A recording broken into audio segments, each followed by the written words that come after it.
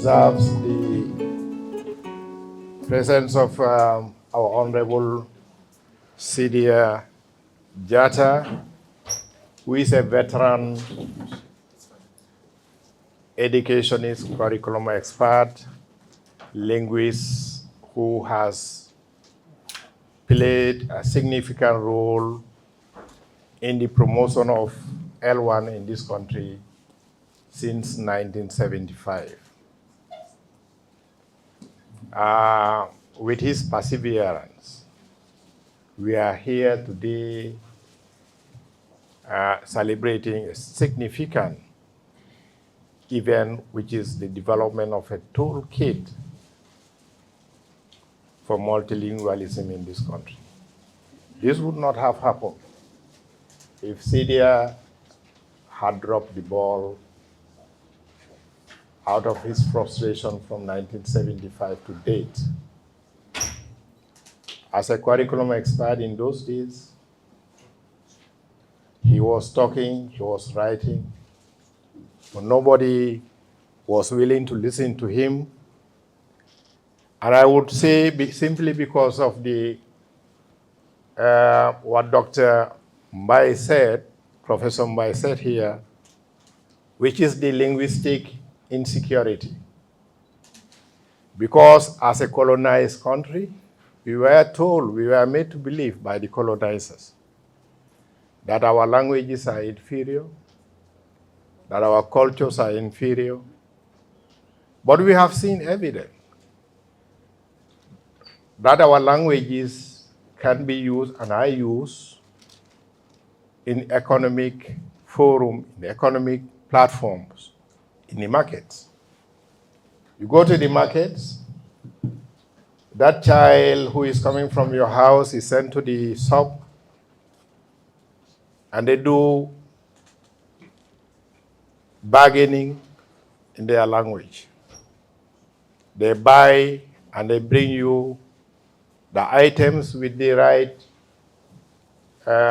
figures, and that same child, you subject them into the classroom, you give them simple arithmetic, they cannot do.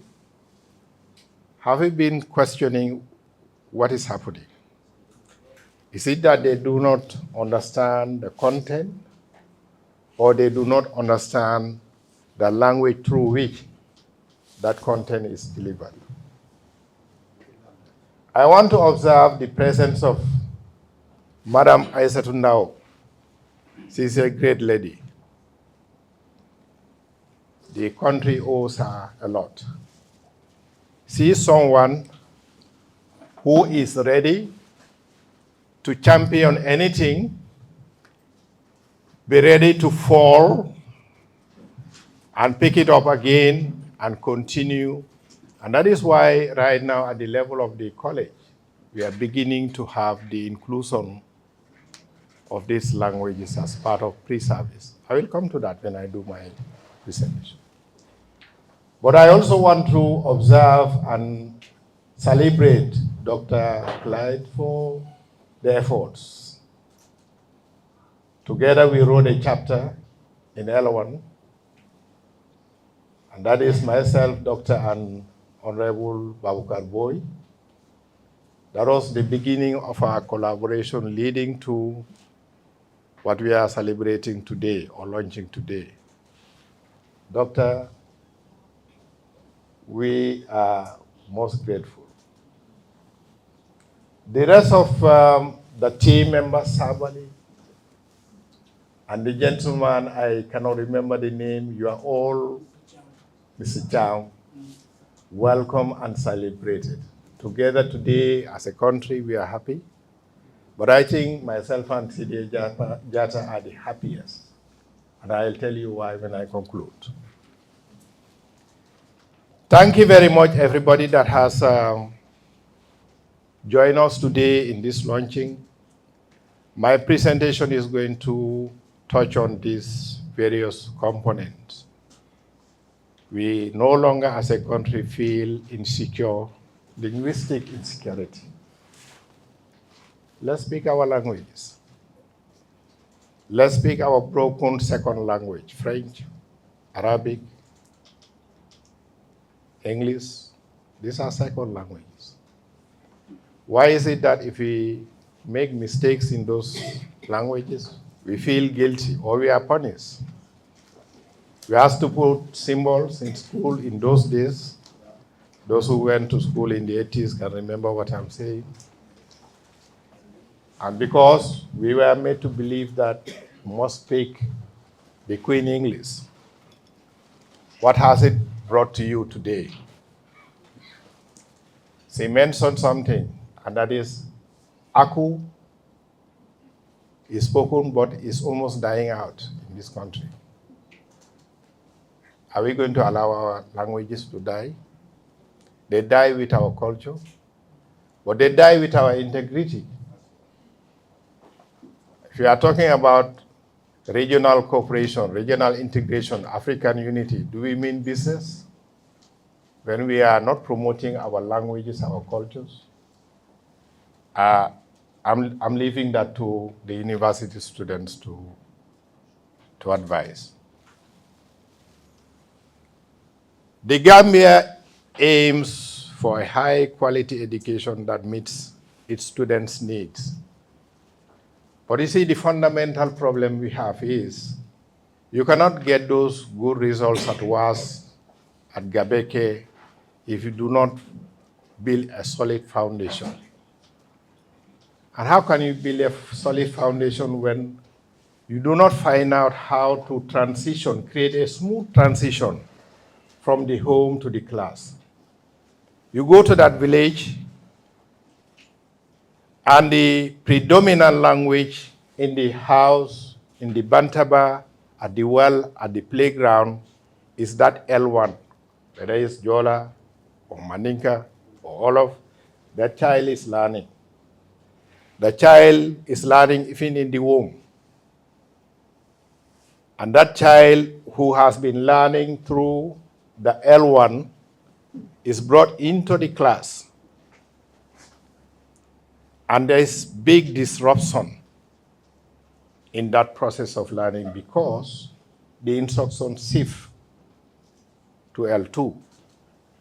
You are teaching them through French, you are teaching them through English, or you are teaching them through Arabic. In ECD, in grade 1, in grade 2. What are you telling me? In my presentation, you will see that majority of these children, the language spoken to them at home is the L1 and not the L2. So we need to find a way to address these challenges we are getting in terms of quality education that we are talking about. And that means there must be a strong foundation. But how do you achieve all this if you do not have a language policy? If you do not include it in our laws? I'm happy you touch on a very important thing, and I'm sure the struggle that Honorable Jatta took since 1975, he is not going to leave it until this is part of the laws. What are the principles underlying this language policy? For a long time, English has been used as medium of instruction across from ECD to tertiary level. We want to change that. National languages will now become the medium of instruction from early childhood to grade 4. Grade 3, then grade 4 will be the transition.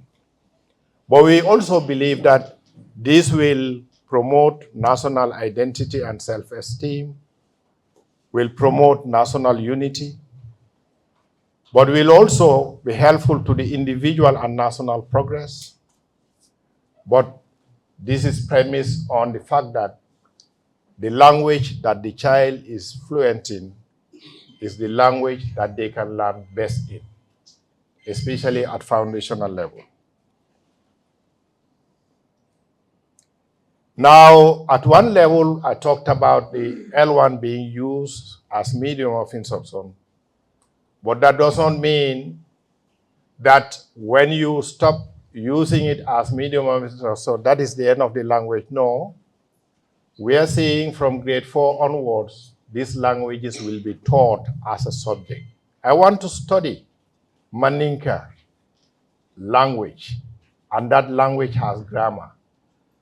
I'm sure when Honorable Jata takes the floor, he will elaborate on some of those things because it's helpful. As teachers, as students who may be interested in conducting research in these areas, to know that these languages have very, very dynamic grammar, syntax, structures, and everything. And if you want to study it as a subject, those are the things that you want to study. And they are going to help you a lot to understand L2 very easily. But not only to understand L2, but you will then be able to use your languages and write. That person in the Bantama, that person in the village should be able to communicate in writing through their languages. We promote this. But then the language policy I'm presenting is not only limited to L1, which is our, if you understand L1 only to mean Maninka, Wolof, and the other languages, but sign language. How are we going to be inclusive? In our policies, we are talking about equitable and inclusive education. Are we assuming that everybody is going to hear me as I am speaking, or they will be able to read what I have written right now? No. That means if you want to be inclusive, the language has to address that aspect of sign language. But how do we have sign language in this country as part of this policy? Because there are different symbols, there are different sign languages. We have to standardize this, and we have to include that as part of our provision in schools. So that is what this language policy is also advocating for. But how do you determine now the use of these languages? It must be based on pedagogical material, teacher availability, language mapping, and discussion with local authorities. And that is why, before we went into the policy itself, we conducted a mapping exercise. I'm happy Dr. or Professor Mbai mentioned briefly around the surveys he did in Region 1. But we said, for us to base our policy on credible evidence, we need to do a comprehensive mapping exercise of all the languages, of all the communities. And we go to all the schools, we interview the children, we interview the parents, we interview the teachers. But we also observe them. You do not only interview them, so we use multiple tools to collect the data. But these languages, when they are taught as subjects, they must also be examined. If you go to Ghana and Sierra Leone and all these other countries, at WAS level, people have the option to take these languages as part of their WAS. But also the NAT we are conducting, if you implement this policy, that NAT should be done in the L1. Again, that has to be understood very clearly. Now, let's look at what the language mapping has shown us in terms of results. Now, these are the languages that we, for now, as the policy, as in the education policy, also in the language policy, we are focusing on 7 languages for a start. Again, by conclusion, I will tell you how we can continue to include other languages. Pular, Maninka, Olof, Jola, Sarahule, Serer, and Manyako. If you look at the green, that shows you the distribution of Maninka across the country, from Banyul to Koina. The blue is Pular, the red is Olof, Jola, yellow, Sarakule, Serer, and Manjako. This is the overall picture of all the languages, but we will look at each of these languages, where they are mainly centered and where they can be used either as first language or as second language. If you look at the big circles, these are showing indication of where these languages can be a main language, a first language. And the smaller circles will show you where this can be a second language. Again, this is just confirming what Professor Mbai said. In the Gambia, we're lucky in the sense that almost everybody can speak more than one language. So that saves us the trouble of mother tongue. I will come to that again, why we are not fussy about calling it mother tongue, but we're calling it L1. Okay? And my child at home can speak Mandinka Wolof Pular. And I can speak equally myself, I can speak Wolof Mandinka Pular. Then if that child goes to class, any class that can, instruct that child at foundational level through any of these languages is still better than the child struggling to learn through English. Because there, let's look at mitigating the learning challenges. It's not about, let's be aware of that. And I'm sure my colleague here, Honorable Jata, in his speech would be able to elaborate more on that. If you want to reduce that frustration that that child has in learning, and it is because of the language, we want to mitigate that problem. That is why if it is coming to, I have the right to learn my language, that is when it is taught as a subject from grade 4. Nobody is forced to take any language. It is the child's choice to say, I want to study this language. And it is the responsibility of the ministry and the schools to make provision for that child to have that option to say, I want to study this language. There it becomes a choice. So this is helpful, and you will see, like I mentioned, the big circles are showing you where that language can be a main language. For example, if Mandinka is a main language, it's the big circle, and then the small circle will show you where that language can become a second language.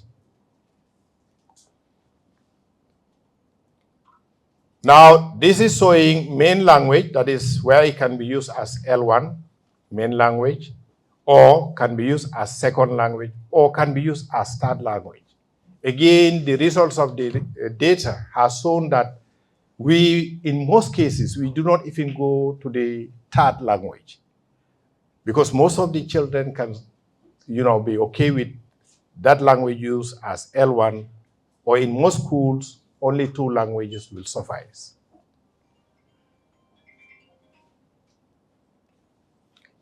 Now here is Mandinka recommended, in schools as first language, that's green. Mandinka to be used as second language, that's the yellow, or Mandinka as third language, so almost across the country. That means Mandinka can be used either as first language, or as second language, or as third language. The distribution is clear there. Where Pular can be used either as first language, or second, or third, meaning the children in that community or that class, when you use Pular, they can understand, they can learn, they can interact. This is the distribution across the country. And this is Wolof as main language, second or third language. And this is Jola, either as main language or second or third language. And this is Sarahule, either as main or second or third language. And this is Serer, You can see the cereal just around the Nyomi area can be mainly a main language. That's why you have green only. And this is Manjako. So we said, okay, we wanted to get credible evidence before we decide on the policy. And for us to get that, we needed to conduct that mapping exercise across the country. And this is where we base our reason for developing that policy. And for every school in this country, we know you can use either 2 languages or 1 language, and that will suffice. For the language to be taught as subject across the basic education level, since it's going to be medium of instruction, then other languages will serve as subject. English will still be a subject, even when we are using L1 as medium of instruction from ECD to grade 3. English will be a subject, French will be a subject, Arabic will be a subject. You know why? You have French schools, you have the madrasa, and all these were using those L2 as main medium of instruction. Now that you are saying in your policy, L1 will be the medium of instruction at foundational level, then these subjects will be taught as subjects so that you prepare the child by the time they get to transition at grade 4, they have mastered sufficient, they have developed sufficient competencies in that language to transition and use it as medium of instruction. In lower basic education, the focus is on national languages and English or national language with Arabic or national languages and French as optional subjects. Now, transition. There are various models of transition across Africa and in Asia. In fact, in Tanzania, I think, the transition is at grade 7 or 8. In Senegal, they are using a bilingual approach that is looking at, 80-20 at one level, 50-50 at another level, and 20-80 by the time they complete the lower primary, that is grade 6. In the Gambia, this is the first time ever, after 59 years of independence, we are now talking about, for me, I feel guilty as a Gambian. But I take solace that even if it is late, we are doing something about it. We have been claiming that we are free. We are never free. That freedom we are talking, that independence we are talking about, it's false. We are not independent. Because we cannot be proudly claiming that we are using our languages. We feel ashamed. We feel ashamed to put on our Ndenku Seneng because we are told that those cultures are primitive. I cannot understand. So we are saying transition, for a start, we are looking at grade 4.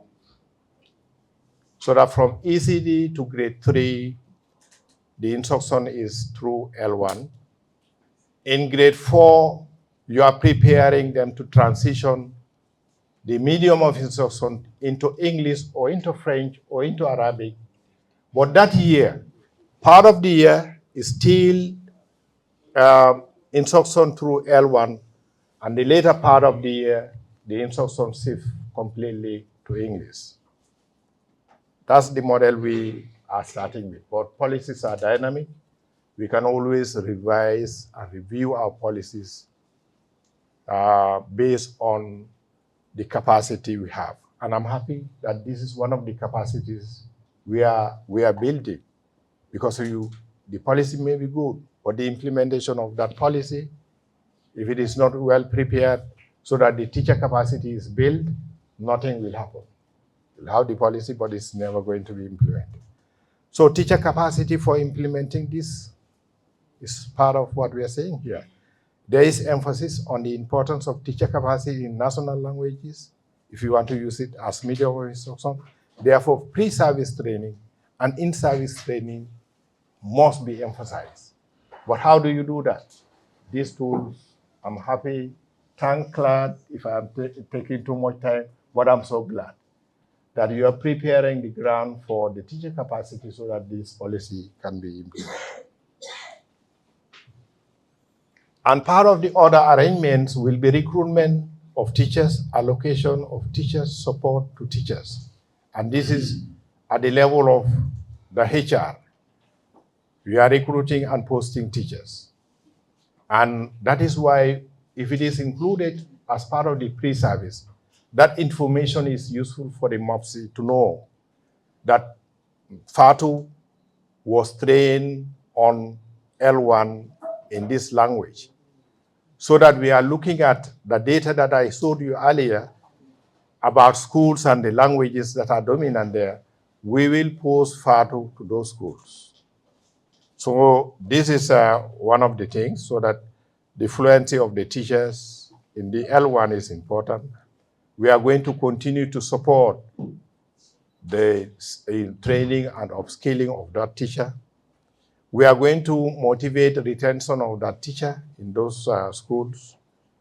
But the cultural sensitivity and community engagement also is part of the plan when we are implementing this policy.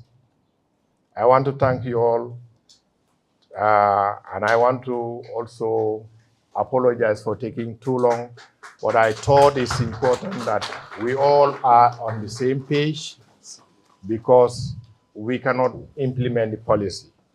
As a ministry, we design the policies and frameworks and guidelines, but the implementation of these policies are going to be only effective if all the stakeholders, including training institutions, including parents, including community leaders, everybody that has a stake in education, play their role in supporting the implementation. Thank you very much.